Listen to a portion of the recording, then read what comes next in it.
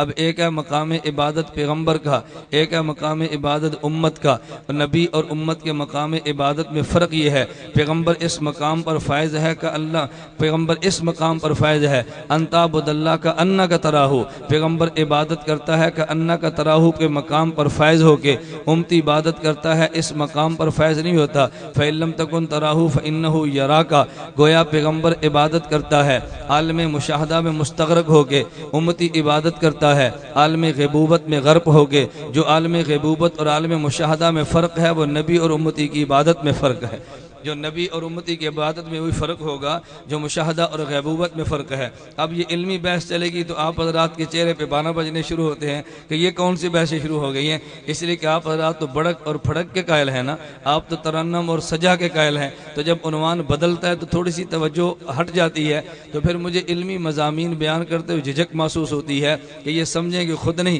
اور کھاتے میرے ڈال دیں گے کہ بحث اس نے کون سی شروع کر دی تھی۔ خیر میں عرض کر رہا تھا کہ پیغمبر کا مقام عبادت کیوں بڑھتا ہے کہ جس مقام پہ پیغمبر فائز ہے وہ ہے کہ انا کا تراہو، امتی کا مقام عبادت کیوں کم ہے، یہ جس مقام پر فائز ہے وہ ہے فَإِنَّهُ يَرَاكَ، تو جو انا کا ترا فَإِن لَمْ يَرَا میں فرق ہے، وہی فرق نبی اور امت کی عبادت میں ہے۔ اس لیے میں کہتا ہوں کمیت میں فرق ہے اور کیفیت میں بھی فرق ہے، اگرچہ پیغمبر کی عبادت کمیت میں تھوڑی ہے مگر کیفیت میں بہت بلند ہے۔ کمیت اور کیفیت کو فرق بیان کرنے کے لیے میں ایک مثال دیتا ہوں کہ جیسے 5 کلو گڑ ہو اور ایک چٹکی سکرین کی ہو، تو دیکھنے میں 5 کلو گڑ زیادہ ہے مگر مٹھاس ایک چٹکی سکرین میں زیادہ ہے، اس لیے کیفیت اس میں زیادہ ہے، کمیت اس میں زیادہ ہے۔ بظاہر حج تیرے زیادہ ہیں، بظاہر عمرے تیرے زیادہ ہیں، بظاہر سجدے تیرے زیادہ ہیں، بظاہر قرآن کی تلاوتیں تیری زیادہ ہیں، بظاہر میدان جنگ کی جنگیں تیری زیادہ ہیں، مگر جس کیفیت پہ ڈوب کے نبی عبادت کرتا ہے وہ مجھے اور تجھے نصیب نہیں ہوتی۔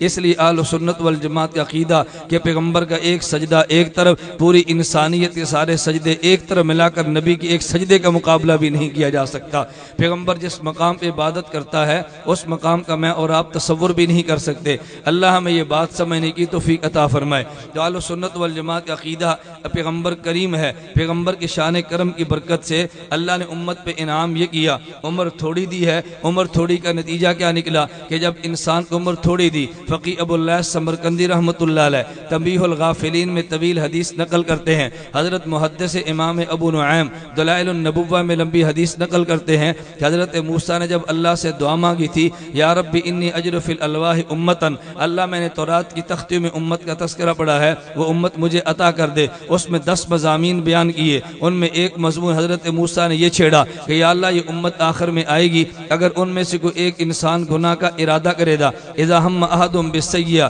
لم یکتب، اس کے گناہ کو لکھا نہیں جائے گا، وَإِذَا عَمِلَ، جب وہ گناہ کر لے گا تو اس کے نامہ اعمال میں ایک گناہ لکھ دیا جائے گا اللہ، لیکن وہ امت جب ایک نیکی کا ارادہ کرے گی اس کے نامہ اعمال میں نیکیوں کی لکھ دیا جائے گا، اگر نیکی ایک کرے گی تو 10 سے لے کر 7 تو نیکیاں لکھے جائیں گی۔ حضرت موسیٰ نے واسطہ دیا، اللہ یہ امت مجھے عطا کر دے۔ اللہ کی شان کریمی دیکھیے، اگر گناہ ایک کیا تو نامہ اعمال میں گناہ ایک لکھا جاتا ہے، اگر گناہ کا ارادہ کیا تو نامہ اعمال میں گناہ نہیں لکھا جاتا، لیکن نیکی کا ارادہ کیا تیرے نامہ اعمال میں نیکی کو لکھ دیا گیا، اگر نیکی کر لی ہے تو 7 تو نیکیاں لکھی کر دی گئی۔ ایک تو اللہ نے کرم یہ فرمایا کہ تیری ایک نیکی پہ 700 کا اجر عطا کر دیا، دوسرا کرم یہ کیا رب نے مثال کے طور پہ 60 سال زندگی دی ہے، تو نے 60 سال میں گناہ بھی کیے، 60 سال میں نیکیاں بھی کی، لیکن جب قیامت کے دن آئے گا تیرے گناہ بھی ہوں گے تیرے نیکیاں بھی ہوں گے، اگر نیکیوں کا پلہ بھاری ہو گیا تو جنت میں چلا جائے گا، اگر گناہ کا پلہ بھاری ہو گیا جہنم میں چلا جائے گا،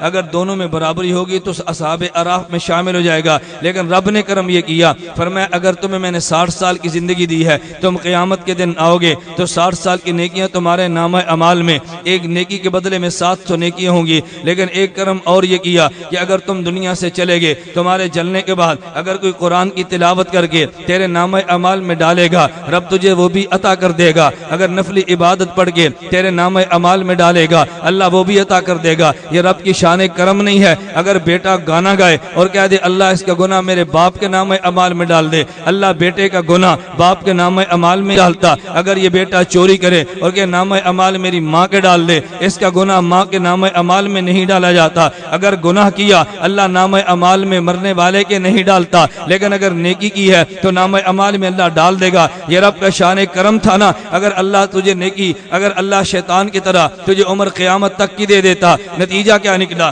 اگر قیامت کو موت آتی تو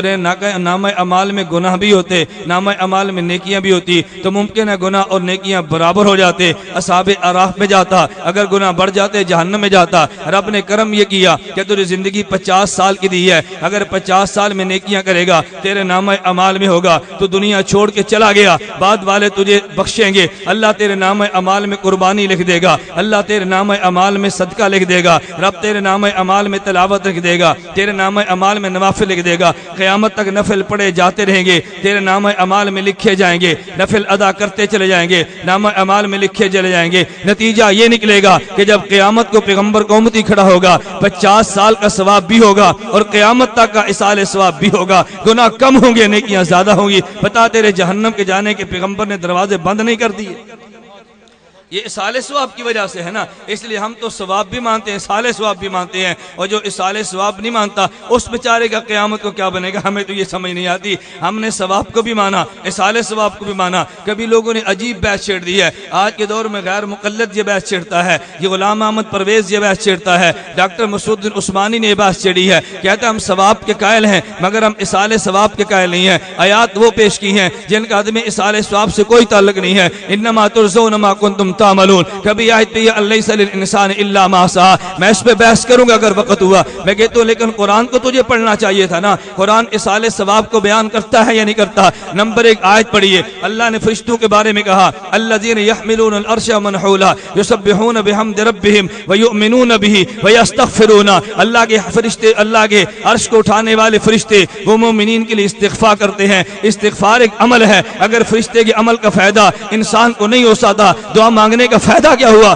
ممکن ہے تو کہہ دے یہ تو فرشتوں کا عمل تھا۔ چلیے اللہ قرآن میں حضرت نوح کا تذکرہ کرتا ہے، حضرت نوح دعا مانگتے ہیں رب اغفر لی، اللہ مجھے بھی معاف کر دے، والدین کو بھی معاف کر دے، ولمن دخل بیتی مومنا، اللہ جو میرے گھر میں ایمان والا آیا اللہ اس کو بھی معاف کر دے۔ یہ مغفرت حضرت نوح کا دعا عمل تھا نا، اگر فائدہ نہیں ہوتا تھا نوح امت کے لیے دعا مانگتا کیوں ہے؟ ممکن ہے تو یہ بات کہہ دے ارے یہ تو نوح کی بات ہے، ہم نے کلمہ محمد رسول اللہ کا پڑھا ہے۔ چلیے قرآن کھول لے، اللہ قرآن میں کہتے ہیں فاعف عنہم واستغفر لہم، میرے پیغمبر صحابہ کے لیے اب مجھ سے معافی کی دعائیں مانگے۔ اگر یہ دعا کا عمل نافع نہیں تھا اللہ پیغمبر کو حکم کیوں دیتا ہے؟ رب قرآن میں اعلان کرتا ہے وَلَوْ أَنَّهُمْ إِذْ ظَلَمُوا أَنفُسَهُمْ جَاءُوكَ فَاسْتَغْفَرُوا اللَّهَ وَاسْتَغْفَرَ لَهُمُ الرَّسُولُ لَوَجَدُوا اللَّهَ تَوَّابًا رَحِيمًا، اگر اللہ کا پیغمبر معافی مانگے اللہ ان کو معاف کر دیتا ہے، تو معافی مانگنا پیغمبر کا عمل تھا نا، امت کا عمل تو نہیں تھا، لیکن امت کے کھاتے میں رب نے ڈال دیا تو ممکن آپ کہہ دو یہ تو نبی کا عمل تھا۔ ارے عام انسان کی بات کرو، میں کہتا ہوں اللہ قرآن میں کہتا ہے ربنا اغفر لنا،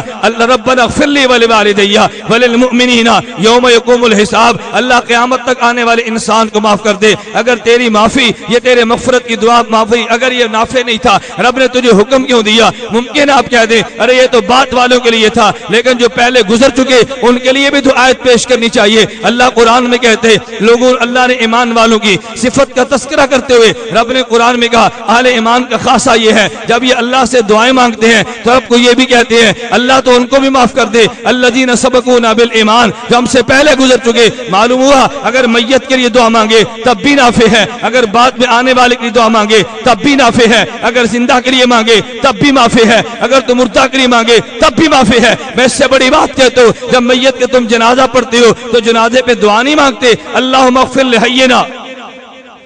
اللہم